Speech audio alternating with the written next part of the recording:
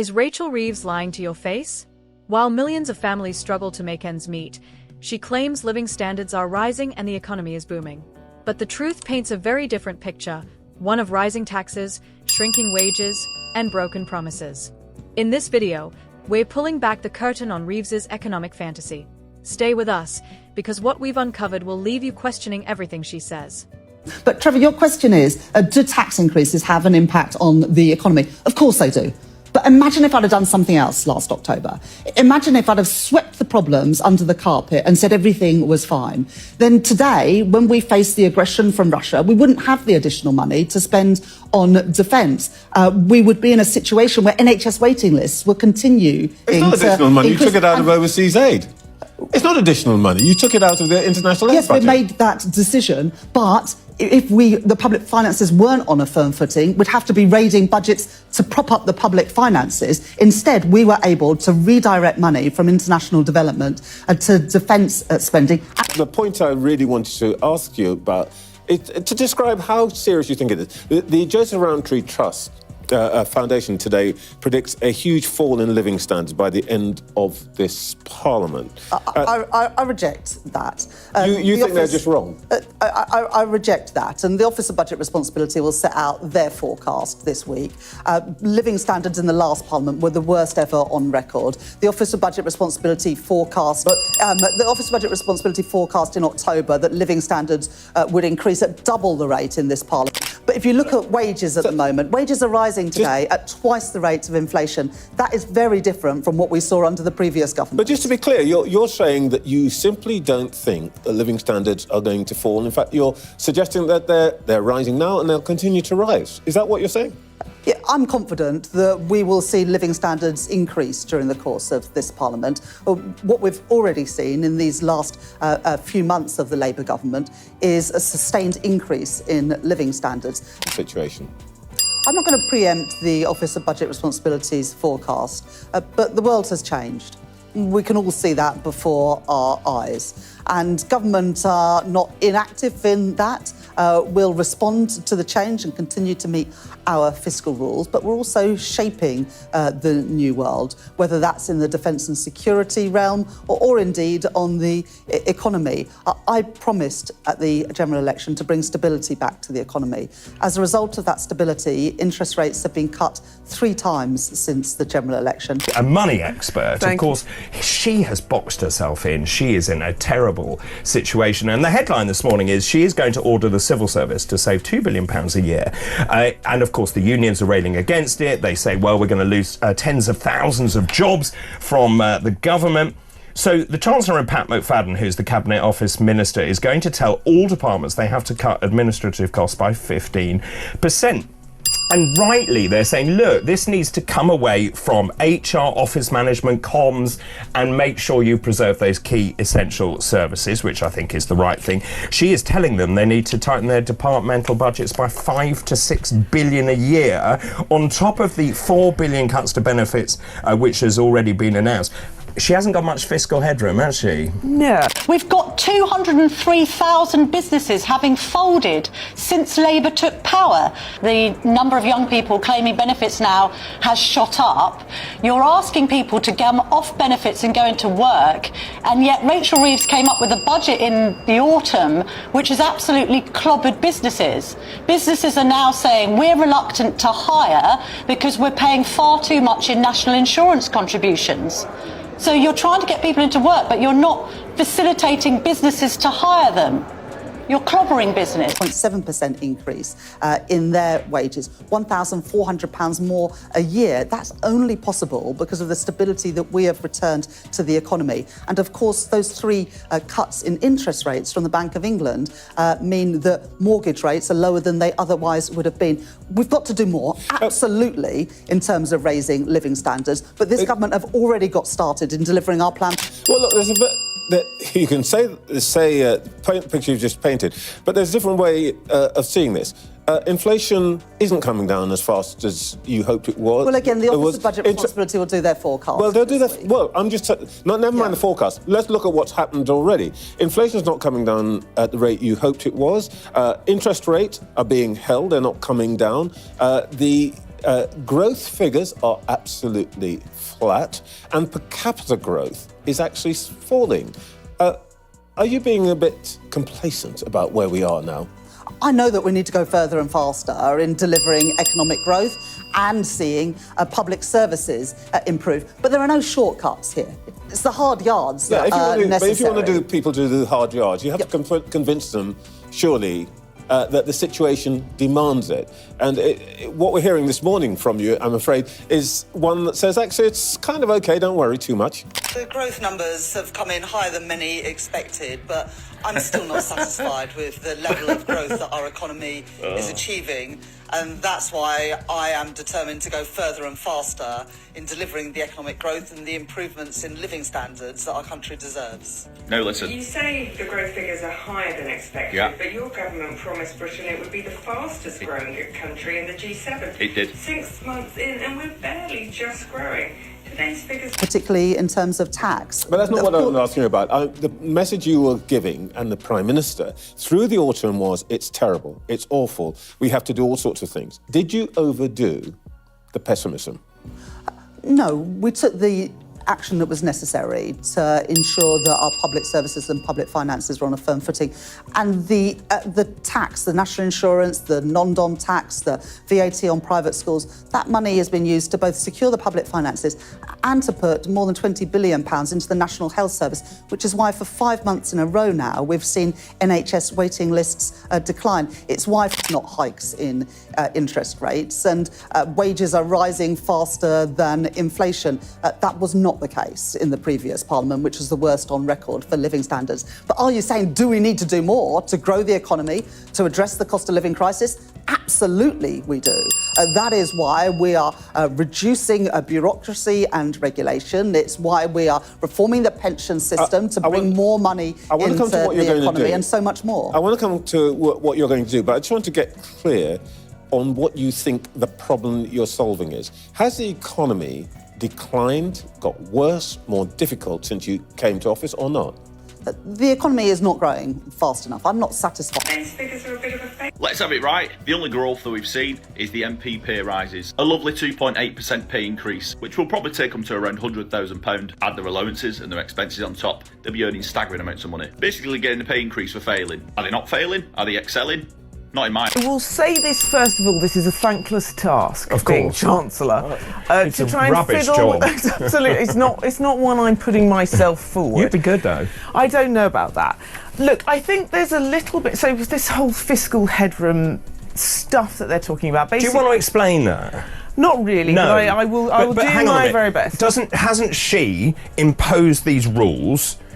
She herself has imposed these rules, and therefore she has, in some ways, boxed herself in. Right.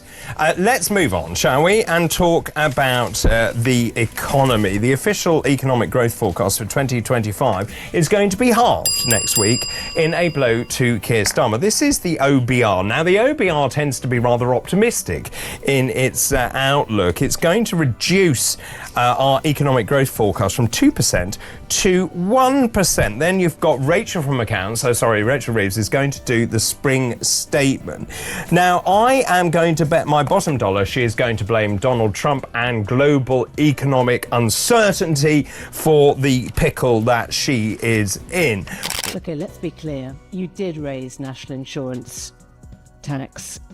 Leave aside what that does to your conscience on whether you've broken a pledge or not. Tax experts have told us this is one of the worst taxes to increase. On employers, it just discourages hiring, it encourages avoidance, it depresses longer-term wages. Why would you do that? Are you feeling a bit rattled after that whirlwind of a video? You're not alone. What you've just witnessed is a masterclass in political spin, one that raises a tidal wave of questions about trust, accountability, and the very real struggles ordinary people face every single day. Because, let's be honest, it's easy enough for politicians to stand behind podiums and declare that times are getting better. But is that your experience when you pop round to the supermarket and notice your grocery bill creeping higher and higher, or when you try to heat your home in the depths of winter? Now, more than ever, we need to dissect the rhetoric and see what's really lurking beneath those glowing promises. Let's get straight to it, shall we? In the video, we heard a clamor of voices telling us that Britain's economy is on the mend, that wages are rising, and that living standards aren't going to fall. According to them, everything's heading in the right direction. Carry on, no cause for alarm. Yet how does that argument stack up against the grim findings from reputable organizations, like the Joseph Rowntree Foundation, warning of a potential collapse in living standards over the next 5 years? And what about the cost of your weekly shop, or your utilities? Or the looming threat of more cuts to vital services? If there's a recovery, why aren't you feeling it? One could argue that this tension between the political class and the public is as old as democracy itself. Politicians put on a show, lavish speeches peppered with half-truths and selective data. Meanwhile, commentators like us point out the glaring contradictions. But there's something more profound at work here, a deep sense of disconnect that might make you wonder whether those in power truly understand how the rest of us live. Did you feel, at any moment, that your struggles were genuinely acknowledged? Or did the conversation simply breeze past them, offering fancy economic jargon that few can relate to? Let's take a closer look at the claims in that video. Wages are outpacing inflation. Really? We heard that wages are supposedly rising faster than inflation. That all sounds fantastic, doesn't it? But if you're actually juggling rent, bills, childcare, and trying to squirrel away a bit of savings, do you sense any relief? Or does every pound you earn seem to vanish into thin air by the time your direct debits go through? The official figures might say one thing, but your monthly bank statement might be screaming something else entirely. Raising taxes to fund public services. You likely caught that moment where a government official proudly stated that tax increases were vital for funding the NHS, social care, or perhaps even national defense. On the surface, no one denies that services need funding. But when these tax hikes slap ordinary workers and businesses, especially in economically fragile areas, the result can be crippling. Are these officials ensuring that every new penny is spent effectively? Or are they simply hoping that the public will swallow the pill in the name of the greater good? A council tax, a broken promise? One of the biggest sticking points in the video is the admission, though often minimized, that local councils are pushing council tax rates higher. This hits hard in real life. A slight percentage here or there might seem like a small change in the abstract. But in practical terms, that additional £50, £60, or £70 a year can make a world of difference if you're living paycheck to paycheck. During campaign season, you were told that the government understood your hardships, that they'd do something about them. Now, you might be wondering if it was all empty chatter. You have every right to be skeptical. The specter of austerity and underfunded services, it's not only about taxes, is it? For the better part of a decade, austerity programs have hollowed out local services. Libraries have fewer staff and reduced hours. Social care is under extraordinary strain. Rubbish collection, bus services, youth centers, they've all felt the pinch. That alone was bad enough. But now, combined with the cost of living crisis, the pinch feels more like a crushing weight. Are politicians acknowledging this? Or are they spinning the story to paint the rosiest possible picture? What about business? Another point made was that high taxes discourage hiring. Businesses that might otherwise expand or invest in new staff are forced to tighten their belts, especially with national insurance hikes or other levies. If you're self-employed or run a small business, you've probably felt the squeeze. It's yet another piece of the puzzle that doesn't quite match the upbeat narrative we heard. Now, take a step back and think about what this means for you, your family, and your neighbors. Is that politician in the suit, calmly debating on television, living in the same reality you are? Do they see the mounting bills on the doormat, the fear of a boiler breakdown in winter, or the frustration of not being able to find decent, affordable childcare? Perhaps not. And that gap, that yawning chasm between the rhetoric we hear and the reality we live, can feel profoundly unsettling. You might be asking, so what's the real story, then? Are we doomed or is there a silver lining? The answer often lies somewhere in the messy middle, doesn't it? The economy might indeed show flickers of improvement here and there. Certain sectors might flourish.